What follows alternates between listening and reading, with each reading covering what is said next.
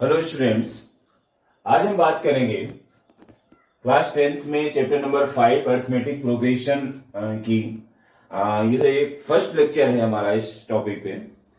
तो शुरुआत करते हैं। अर्थमेटिक प्रोग्रेशन क्या है उसको समझने पहले ध्यान दें, ऊपर हेडिंग लिखी हुई है अर्थमेटिक प्रोग्रेशन।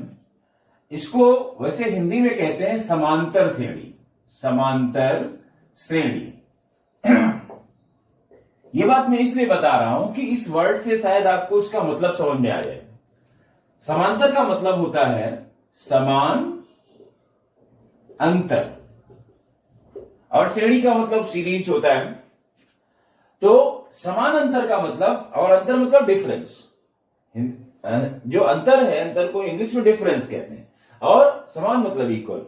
इक्वल डिफरेंस मतलब ऐसी एक सीरीज, ऐसे टर्म्स जिनके बीच में इक्वल डिफरेंस हो, उनको हम कहते हैं समांतर श्रेणी या फिर अर्थमेटिक प्रोग्रेशन। यहां पर इंग्लिश में उसको अर्थमेटिक प्रोग्रेशन के नाम से जाना जाता है। जैसे 2, 5, 8, 11, 14 ... ये क्या है? ये एक अर्थमेटिक प्रोग्रेशन है। क्यों? क्योंकि 2 में 3 प्लस किया 5 हो गया, 5 में 3 प्लस किया 8 हो गया, 8 में 3 प्लस किया 11 हो गया, फिर आपने 3 प्लस किया, और ये कंटिन्यूस तरीके से चल रहा है। या फिर मान लीजिए ये 10 है, ये 7 है, सॉरी 10, 7 और उसके बाद 4, फिर हो गया 1, और इस तरीके से कम करते चले जाएं आप। नेगेटिव नंबर्स उसके बाद आना स्टार्ट हो जाएंगे। तो यहां पर क्या है? वैल्यू कम होती चली जा रही है। लेकिन हम किन्हीं भी दो टर्म्स के बीच का डिफरेंस अगर देखें, तो यहां देखिए 7 माइनस, अगर इसमें से इसको माइनस करेंगे तो -3 का आएगा। तो यहां पर भी -3, इधर से भी -3, इधर से भी -3। अगर आप ऐसे माइनस करें तो 10 - 7 3 है, 7 - 4 भी 3 है। तो किन्हीं भी दो कॉन्जिक्यूटिव टर्म्स के बीच में डिफरेंस कहीं पर भी आप चेक करेंगे, वो आपको इक्वल मिलेगा। आपने यहां देखा इसके बीच में डिफरेंस कितना है? 3 का है। यहां पर आपने देखा इसके बीच के डिफरेंस कितना है? 3 है। मतलब कहीं पर भी पूरी सीरीज में कहीं पर भी दो कंटिन्यू टर्म्स का डिफरेंस अगर हम चेक करेंगे, वो हमेशा इक्वल मिलेगा। तो ऐसी सीरीज को हम कहते हैं अर्थमेटिक प्रोग्रेशन। तो यहां पर कुछ इस तरीके के टर्म्स आपको मिलेंगे। अब जो फर्स्ट एक्सरसाइज आपकी है, एक्सरसाइज नंबर 5.1, इसमें बेसिकली इसी टाइप के क्वेश्चंस बताए गए हैं। आपको बताया गया, कुछ एक सीरीज दे दी गई और आपसे पूछा गया कि बताइए क्या ये एपी है या नहीं है। अर्थमेटिक प्रोग्रेशन को शॉर्ट में एपी कहते हैं। तो ये एपी है या नहीं, ये बात पूछी गई है। तो उसमें क्या है कि भाई टर्म्स दिए गए हैं और हमें क्या करना है, उनके बीच के डिफरेंस को चेक करना है। उनके बीच का जो डिफरेंस होता है उसको हम कहते हैं कॉमन डिफरेंस। क्या बोलते हैं? Common difference. ठीक है, कॉमन डिफरेंस। और कॉमन डिफरेंस को डी से डिनोट करते हैं। यानी कि हम क्या करेंगे, जैसे मान लीजिए जो टर्म्स हम लिखते हैं उसको आप लिख सकते हैं A1, A2, A3, A4 ऐसे। First term, second term, third term. और हमें डी कैसे फाइंड करना है? हमेशा हम करते क्या है कि सेकेंड टर्म से फर्स्ट टर्म को माइनस करते हैं। एक सिस्टम बनाते हैं हम लोग। तो सिस्टम क्या है कि हम सेकेंड से फर्स्ट को, थर्ड से सेकेंड को, फोर्थ से थर्ड को, या फिर 10th टर्म से 9th टर्म को सब्ट्रैक्ट करते हैं। तो यहां पर D जो होगा ये A2 - A1 हो सकता है, ठीक है, या फिर A3 - A2 हो सकता है, या फिर A5 - A4 हो सकता है। इस तरीके से आप D फाइंड कर सकते हैं, कॉमन डिफरेंस फाइंड कर सकते हैं, दो कॉन्टिन्यू टर्म्स के बीच का डिफरेंस फाइंड कर सकते हैं। तो इस टाइप के क्वेश्चंस हैं। अब आप एक चीज समझ लें, थोड़ा सा हम बात करेंगे कि मान लीजिए टर्म्स, बहुत सारे टर्म्स गिवन होते हैं, तो हम कैसे आगे के टर्म्स को फाइंड कर सकते हैं, या जो एक सीरीज मिल रही है वो हमें कैसे मिल रही है उसको समझना है। आइए कोई एक एग्जाम्पल लेते हैं, ध्यान देगा आप उसको। जैसे मान लीजिए हमने लिखा 2, एक दूसरा टर्म है 6, 10, 14, 18 एंड ... आप क्या देख रहे हैं? यहां पर 2 है, फिर 6 हुआ, 4 प्लस किया गया होगा, फिर 4 प्लस किया, उसके बाद फिर से 4 प्लस किया गया, और कंटिन्यू 4 प्लस होता चला जा रहा है। अगर आपसे कहा जाए कि इसमें डी क्या है, तो 4 - 2, सॉरी 6 - 2 4, 14 - 10 4, 18 - 14 4। तो इस तरीके से यहां पर D4 मिलेगा। लेकिन हम इसको कैसे करते हैं उसको समझना है। जैसे यहां पर 2 है, इसको हम ऐसे लिख सकते हैं 2, सीरीज थोड़ा सा चेंज करेंगे लिखने के प्रोसेस को। यहां पर लिख सकते हैं 2 + 4, यहां लिख सकते हैं 2 + 8, यहां लिख सकते हैं 2 + 12, यहां लिख सकते हैं 2 + 16, ऑन एंड डॉट डॉट ऐसे चल रहा है। अब हम करना क्या चाहते हैं उसको समझिएगा। उसके बाद एक चीज और आती है, 2 प्लस, इसको 2 ही रहने दीजिए, या अब यहां 2 + 2 इंटू, क्योंकि आप देख रहे हैं कि इसमें 4 का कंटिन्यूस डिफरेंस चल रहा है, तो 2 + 4 इंटू 1, 2 + 4 इंटू 2, 2 + 4 इंटू 3, 2 + 4 इंटू 4, ये सीक्वेंस चल रही है। आप ध्यान दीजिएगा, यहां पर 4 इंटू 0 लिख सकते हैं, जैसे 2 + 4 इंटू 0, तो 4 इंटू 0 तो 0 ही होता है, तो ये 2 रहेगा। अब आप ध्यान से देखिए, हमने ये सीक्वेंस लिखी, उसको हमने इस तरीके से ब्रेक किया, जो इसको हम फर्स्ट टर्म कहते हैं, तो ये फर्स्ट टर्म सब में हमने लिख लिया, और इसके अलावा जितना भी है वो हमने उसके साथ कर दिया। लेकिन जो साथ में ऐड हो रहा है वो क्या है, एक टेबल है ना। जो आप टेबल्स लर्न करते हैं, यहां पर देखिए 4 की टेबल ऐड हो रही है, 4 × 1 = 4, 4 × 2 = 8, 4 × 3 = 12, 4 × 4 = 16। वही हमने देखिए यहां पर लिखा, 4 × 1 = 4, 4 × 2 = 8, 4 × 3 = 12, 4 × 4 = 16, इस तरीके से चल रहा है। अब आप ध्यान से देखिए, अगर हम इस टर्म को, फर्स्ट टर्म को a कह दें, और जो d आ रहा है, इसमें जो डिफरेंस आ रहा है उसको हम d कह दें, तो यहां पर ध्यान दीजिए ये a है, क्योंकि इसकी वैल्यू तो 0 है, इसका कोई मतलब नहीं है, ये 2 ही है, तो ये 2 को हमने a कहा। यहां पर ये हो जाएगा a + 4 आ रहा है, तो 4 को हम कह रहे हैं d, जो डिफरेंस आ रहा है उसको हमने d नाम दिया, तो ये हो जाएगा d भाई 1d, 1 इंटू 4 कर सकते हैं। यहां पर है a, माना हमने a को, मतलब 2 को a कह रहे हैं फर्स्ट टर्म, और प्लस 2d, 2 और ये d, ठीक है। अगर कंफ्यूजन हो तो उसको उलट करके आप लिख लीजिए 2 इंटू 4, मतलब यहां पर हम क्या देख रहे हैं, ये तो हमने फर्स्ट टर्म को a कहा, और यहां पर हम क्या कर रहे हैं कि जो कॉमन डिफरेंस हमारा है उसको हम d कह रहे हैं, तो इस 4 को हम क्या कहेंगे d, तो हो जाएगा a + d इंटू 1 या 1d, तो a + 1d। फिर यहां पर a प्लस ये d है इंटू 2 यानी कि 2d, तो a + 2d हो गया। यहां पर क्या आ रहा है, a प्लस ये 3 और ये साथ में इसको d हम कह रहे हैं, तो 3d हो गया। यहां पर क्या होगा, a + 4d, ये सीक्वेंस चल रही है। क्या रहा, a + d, a + 2d, a + 3d, a + 4d। अब आप ध्यान से देखिए, यहां पर जो फर्स्ट टर्म है इसमें आ रहा है a + 0d, वास्तव में पहले टर्म में। यहां पर आ रहा है a + 1d आ रहा है, a + 2d आ रहा है, ये सीक्वेंस चल रही है। अब आप ध्यान से देखिएगा, ये फर्स्ट नंबर का टर्म है उसमें लिया गया 0d, जो सेकेंड नंबर का टर्म है उसमें लिया गया 1d, यहां पर थर्ड नंबर का जो टर्म है उसमें लिया जा रहा है 2d। तो आप क्या देख रहे हैं कि जिस नंबर का टर्म है उससे एक कम d है। देखिए फर्स्ट, सेकेंड, थर्ड, हमारी फोर्थ नंबर का टर्म है, ठीक है। मानना क्या मतलब, फोर्थ नंबर का टर्म है, और फोर्थ नंबर के टर्म में d कितना है, 3d है। 5 नंबर के टर्म में 4d है। तो आप क्या देख रहे हैं कि जिस नंबर का टर्म हम फाइंड करना चाह रहे हैं उससे एक कम d है। अब इसी तरीके से आपसे कहा जाए कि बताइए 16 नंबर का टर्म क्या होगा, तो 16th टर्म क्या होगा, आप कह सकते हैं a + 15d। भाई a लिखेंगे फर्स्ट टर्म, और d को किससे मल्टीप्लाई करेंगे, 15 से, मतलब जिस नंबर का हमें टर्म फाइंड करना है उससे एक कम। तो 15th नंबर का टर्म हो गया a + 16th नंबर का टर्म हो गया a + 15d। अब आप ध्यान से देखें, जिस नंबर का हम टर्म फाइंड करना चाह रहे हैं d के साथ उससे एक कम वैल्यू होती है, एक रिलेशन आपको मिला। तो आपको जो सीक्वेंस मिल रही है, a, फिर है a + d, a + 2d आ रहा है, a + 3d आ रहा है। अब देखिए ये फर्स्ट टर्म है, ये सेकेंड टर्म है, ये थर्ड टर्म है, ये फोर्थ टर्म है। जिस नंबर का टर्म है उससे एक कम d है।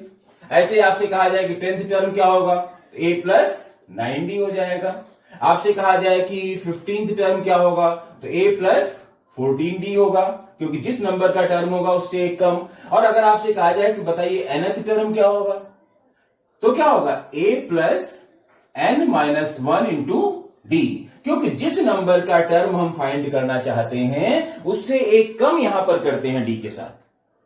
हमारी बात समझ रहे हैं। और n हमने क्यों लिया, क्योंकि n एक वेरिएबल है, क्योंकि हमें तो नहीं पता है कि हम किस नंबर का टर्म फाइंड करना चाहते हैं। तो हमें क्या करना पड़ता है, एक फॉर्मूला डिराइव करना पड़ता है, एक फॉर्मूला बनाना पड़ता है कि हम n की वैल्यू यहां पर कुछ भी पुट कर दे, डायरेक्टली हमें आंसर मिले। तो आप क्या देख रहे हैं कि वास्तव में अगर हमें nth टर्म फाइंड करना हो, nth मींस किसी भी नंबर का टर्म आप फाइंड कर सकते हैं, n की वैल्यू तो कुछ भी हो सकती है ना। तो फाइनली जो आपको फार्मूला मिल रहा है nth टर्म, ये आ रहा है a plus n minus 1 into D. ठीक, अब nth टर्म का मतलब जैसे हमारी फिफ्थ टर्म आपको करना है तो लिखेंगे फिफ्थ टर्म, यहां लिखा आपने फिफ्थ टर्म, तो क्या हो जाएगा a प्लस 5 माइनस 1 करेंगे क्योंकि n की वैल्यू 5 है, तो 5 माइनस 1 क्या आ जाएगा 4d। तो वही चीज आ रही है, देखिए a प्लस 4d। वही बात मैं कह रहा हूं कि जिस नंबर का टर्म आप फाइंड करना चाहते हैं उससे कम होता है एक कम कर दीजिए, वो d के साथ हो जाएगा। तो फाइनली जो आपका फॉर्मूला बन रहा है nth टर्म का वो है a plus n minus 1 into D. अब इस nth टर्म को हम an कहते हैं, an से डिनोट कर सकते हैं, tn भी कहते हैं, या फिर वर्ड्स में ऐसे लिख लेते हैं। वैसे जो सबसे ज्यादा पॉपुलर फॉर्मूला हुआ वो हुआ an equal to a plus n minus 1 into D. इसको बहुत ज्यादा इस तरीके से आपको दिखाई देगा, नहीं तो आप इसको tn लिख सकते हैं, tn equal to a plus n minus 1 into D. ठीक, इसमें ध्यान दीजिएगा a जो होता है ये फर्स्ट टर्म हमारा है किसी भी सीरीज का, और जिस नंबर का टर्म हमें फाइंड करना होता है वो n की वैल्यू है, और बाकी इसके साथ में d आ रहा है। बात समझ में आ गई।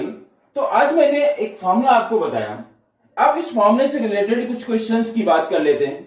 जैसे यहां पर 5.1 एक्सरसाइज है, इसमें कुछ क्वेश्चंस हैं उनको समझ लें आप।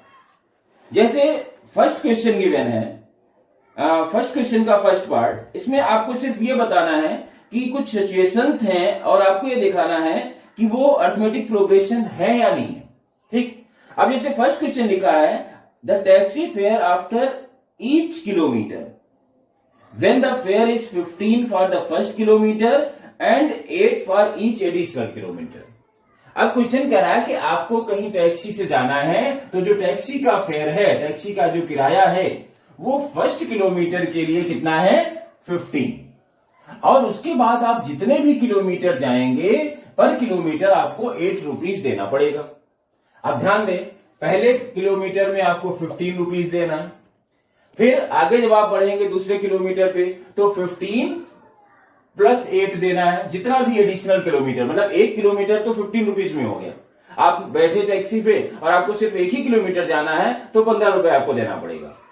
लेकिन अगर आप कहें कि हम 2 किलोमीटर जा रहे हैं तो आपको 30 नहीं देना है, मतलब फर्स्ट किलोमीटर का तो 15 रुपीज है, और उसके बाद फिर जितने भी किलोमीटर आप जाएंगे उतने ही 8 रुपीज उसमें ऐड होते चले जाएंगे। तो पहले किलोमीटर का ये हो गया। अगर आपको 2 किलोमीटर जाना है तो 15 प्लस 8 देना पड़ेगा। अगर आपको 3 किलोमीटर जाना है तो 15 प्लस 8 प्लस 8 देना पड़ेगा, यानी कि 2 बार 8 देना पड़ेगा।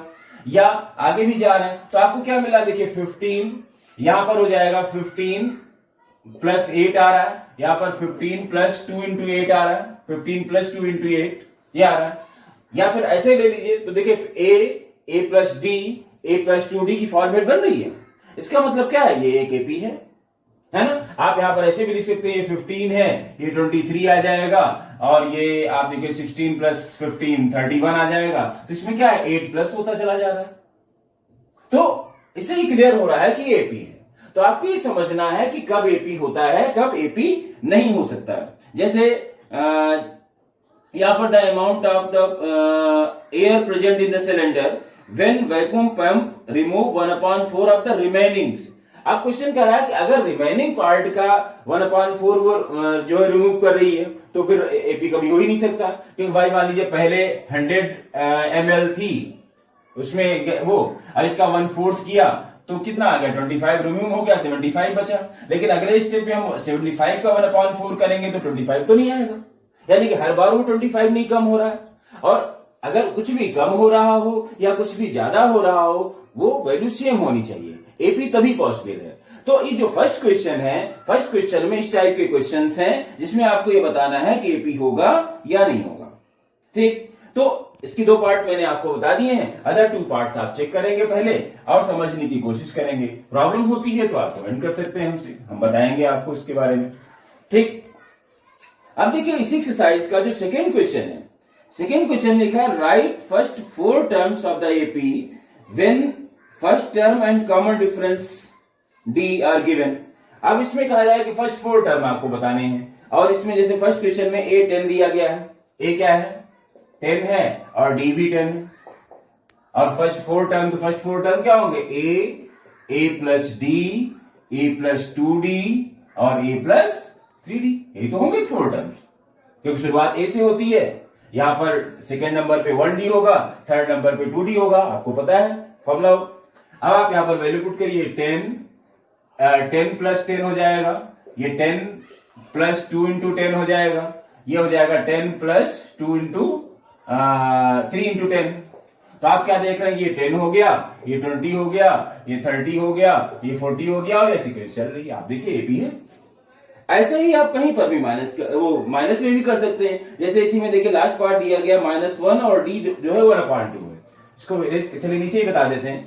ए इसमें दिया गया है -1 और डी है वो 1/2 है। तो क्या हो जाएगा भाई, ए पहला टर्म हो गया, मतलब पहला क्या आएगा, ऐसे ही लिख लीजिए आप डायरेक्टली, -1 फर्स्ट टर्म हो गया। फिर आपको ए प्लस डी लिखना है, यानी कि -1 प्लस 1/2 करेंगे, फिर -1 प्लस 2 इंटू 1/2 करेंगे, फिर -1 प्लस 3 इंटू 1/2 करेंगे। ऐसे करेंगे आप भाई। यहां पर पहला टर्म हो गया, फिर ए प्लस डी, ए प्लस 2d, ए प्लस 3d, ऐसी केस चलती रहेगी। तो ये हो गया -1। यहां पर जब आप ऐड करेंगे तो कितना आएगा, -2 प्लस 1, यानी कि -1/2 आ गया। यहां पर क्या हो जाएगा, -2 और +2 बन जाएगा। ध्यान दें यहां पर, क्योंकि ये कैंसिल होकर के 1 बनेगा, तो -1 प्लस 1 ये 0 हो जाएगा। यहां पर आप देखिए -2 प्लस 3 तो 1/2 आ जाएगा। इस तरीके से सीक्वेंस आती रहेगी। तो जो सेकेंड क्वेश्चन, इसमें इस टाइप से आपको क्वेश्चंस करने हैं। फर्स्ट 4 टर्म्स आपको एपी के बताने हैं, ए और डी गिवन है। उसके बाद देखिए क्वेश्चन नंबर 3 जो है इस एक्सरसाइज के, ये जो मैंने आपको बताया, ये सेकेंड क्वेश्चन का फर्स्ट और लास्ट पार्ट हमने लिया हुआ है। जो एक्सरसाइज है वो है 5.1 एक्सरसाइज की हम इस समय बात कर रहे हैं। तो ये तो सेकंड क्वेश्चन हुआ। सेकंड क्वेश्चन का हमने फर्स्ट पार्ट आपको बता दिया और इसी क्वेश्चन का हमने आपको लास्ट पार्ट बता दिया। अब आइए हम थर्ड क्वेश्चन की बात करते हैं। कुछ एक क्वेश्चंस मैं बता रहा हूं, बाकी आप लोग ट्राई करेंगे। अब थर्ड क्वेश्चन में लिखा है for the following APs right the first term and common difference. तो सिंपल है भाई, फर्स्ट टर्म तो जो शुरुआत जहां से हुई वो फर्स्ट टर्म है, जिसको ए हम कहते हैं। और कॉमन डिफरेंस क्या होगा, क्योंकि अगर वो एपी है, क्वेश्चन पहले से ही कह रहा है कि वो एपी है। अगर वो एपी है तो फिर आपको उसे चेक करने की जरूरत तो नहीं है। और तो क्या होता है, फर्स्ट टर्म जो पहला टर्म गिवन है, जैसे हमारी पहली सीरीज दी गई है 3 1 -1 -3 इस तरीके से दिया, 3 1 -1 -3 इस तरीके से जो है। अब आपसे कहा जाए कि इसमें ए क्या है, फर्स्ट टर्म क्या है, तो फर्स्ट टर्म ये है, ए क्या है 3 और डी कितना है, तो इसमें से इसको माइनस कर दिए या कहीं पर ही माइनस कर दिए, तो 1 - 3 कितना आएगा, -2 आ जाएगा। क्लियर। तो ये तो सिंपल क्वेश्चन है। आपको जो सीरीज स्टार्ट हुई उसका पहला टर्म फर्स्ट टर्म हो गया और फिर किसी भी एक टर्म से उसके ठीक पहले वाला टर्म आप माइनस कर दीजिए, कहीं पर भी माइनस कर दीजिए। यहां पर आप माइनस करना चाहे, देखिए -3 से आपको क्या माइनस करना है, -1, तो -3 फिर माइनस का साइन लगाएंगे, फिर -1 लिखेंगे तो कितना आएगा, -3 + 1, ये भी -2 आ जाएगा। कहीं पर भी आप चेक कर सकते हैं। तो ये जो थर्ड क्वेश्चन है, थर्ड क्वेश्चन में आपको फर्स्ट टर्म बताना है और कॉमन डिफरेंस बताना है। एपी पहले से ही है, इसलिए आपको यहां पर कहीं चेक करने की जरूरत नहीं पड़ेगी और आप इस तरीके से थर्ड जो क्वेश्चन है उसको आप आसानी से कर सकते हैं। थर्ड क्वेश्चन में आपको कोई प्रॉब्लम नहीं होनी है। उसके बाद क्वेश्चन नंबर 4, क्वेश्चन नंबर 4 में लिखा है which are the following are APs. अब इसमें कहा जा रहा है कि बताइए कौन से एपी हैं, पहली बात। और if they form an AP find the common difference D and right 3 more terms. अब क्वेश्चन कह रहा है कि पहले तो आप ये चेक करिए कि क्या ये एपी है, और अगर एपी है तो आगे का आपको काम करना है। आपको क्या करना है, उसका कॉमन डिफरेंस आपको बताना है और क्या बताना है, 3 और टर्म्स आपको बताने हैं। तो कोई भी चेक कर लीजिए। जैसे हमारी पहला दिया है 2 4 8 16। अब आप ध्यान से देखिए क्या एपी है। यहां पर आप चेक करेंगे, जैसे D1 आपने किया फर्स्ट, यहां इसको चेक कर लीजिए, 4 - 2 कितना आएगा, 2। फिर D2, दूसरा D, आप 2-3 जगह आपको चेक करना पड़ेगा। D2 क्या करेंगे आप, 8 - 4 कितना आ रहा है 4, तो आप क्या देख रहे हैं कि D1 is not equal to D2, यानी कि कॉमन डिफरेंस इक्वल नहीं है। ठीक, अब जब कॉमन डिफरेंस इक्वल नहीं है तो क्या हुआ, ये एपी नहीं है, तो it is not an AP. इस तरीके से आप इसमें स्टेटमेंट लिख देंगे एपी नहीं है भाई, जब एपी है ही नहीं तो आगे हमें कोई काम इसमें नहीं करना है। और अगर एपी होता तो हम कहते हैं कि फर्स्ट टर्म है, डी क्या आ रहा आपको मिल ही जाता, फिर आगे के 3 टर्म्स आपको बताने होते। आइए नेक्स्ट क्वेश्चन की हम लोग बात करते हैं। नेक्स्ट क्वेश्चन हमारा होगा इसी क्वेश्चन नंबर में, 4th क्वेश्चन में। आइए क्वेश्चन नंबर 6 की बात करते हैं। क्वेश्चन इसका जो 6 पार्ट है, मतलब 4th क्वेश्चन का जो 6 पार्ट है, आइए हम उसकी बात करते हैं। हमें यहाँ पर क्या चेक करना है, मैंने पहले ही आपको बताया कि पहले तो आपको ये देखना है कि एपी है या नहीं है, और अगर एपी है तो फिर आगे के हमें 3 टर्म्स बताने हैं। अब जैसे 6 पार्ट दिया गया 0.2, 0.22, 0.222 और इस तरीके से ये सीक्वेंस चल रही है। नेक्स्ट पार्ट भी इसमें गिवन है 0.2222 ऐसे। अब अगर आपसे कहा जाए कि एपी है या नहीं तो उसके लिए आपको इसका कॉमन डिफरेंस चेक करना पड़ेगा। तो मान लीजिए हमने D1 चेक किया, D1 मतलब फर्स्ट डिफरेंस हम यहाँ पर दिखाना चाहते हैं, तो 0.22 माइनस 0.2 करेंगे आप, तो कितना आ जाएगा, आप इधर देखें तो 0.22 और 0.2 करेंगे कितना आएगा 2 और ये 0, तो 0.02 आ गया आपका ये।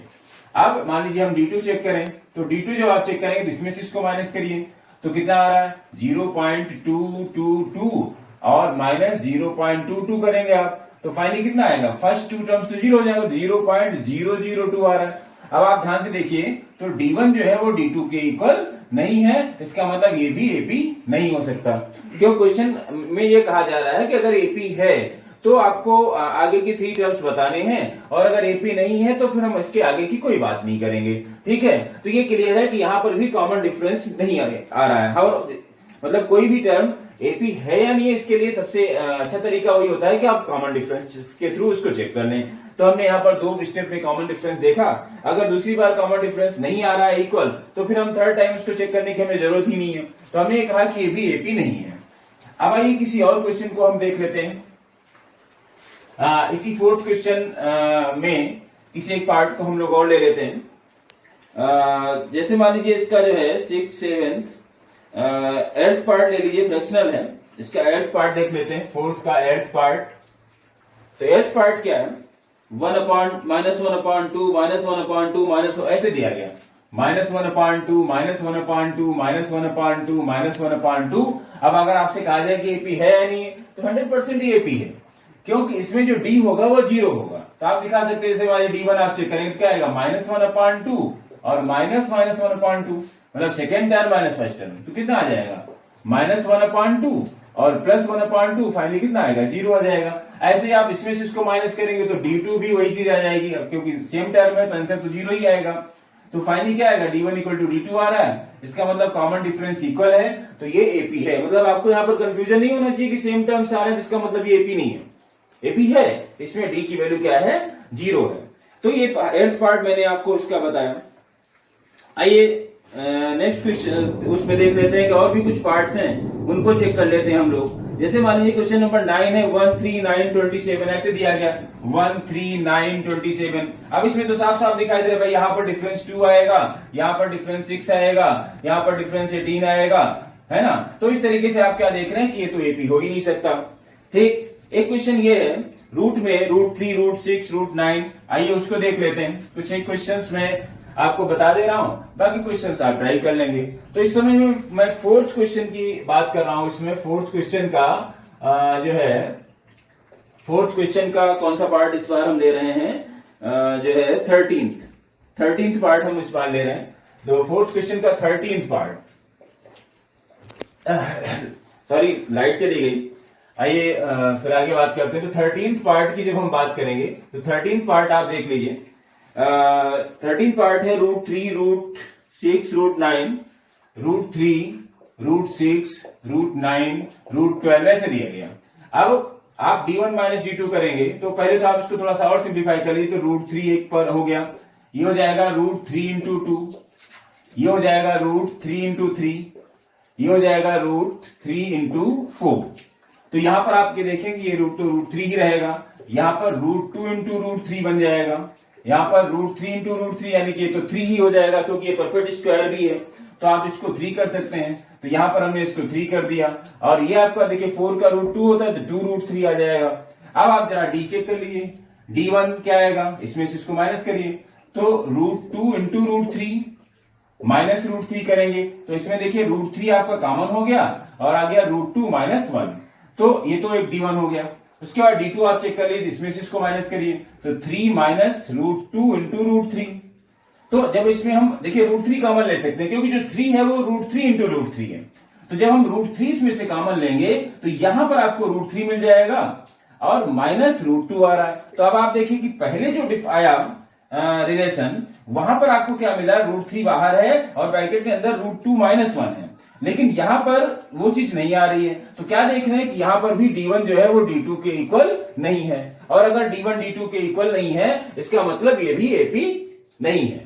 ठीक, तो हमें क्या करना है कि यहां पर ये जितने भी पार्ट्स हैं सभी में आपको क्या करना है, ये चेक करना है कि AP है या नहीं है। अगर AP है तो नेक्स्ट 3 पार्ट्स आपको बताने हैं, और अगर AP नहीं है तो फिर आगे कुछ नहीं करना है आपको। बाकी हमने nth टर्म फाइंड करने का फॉर्मूला स्टार्टिंग में बताया है, जो हमारी नेक्स्ट एक्सरसाइज होगी, एक्सरसाइज नंबर 5.2, वहां पर बेसिकली उस फॉर्मूले का यूज होगा। तो हम लोग नेक्स्ट एक्सरसाइज में नेक्स्ट लेक्चर के साथ मिलते हैं, जिसमें हम उस फॉर्मूले को यूज करेंगे। ठीक है, मिलते हैं नेक्स्ट लेक्चर में। Thank you.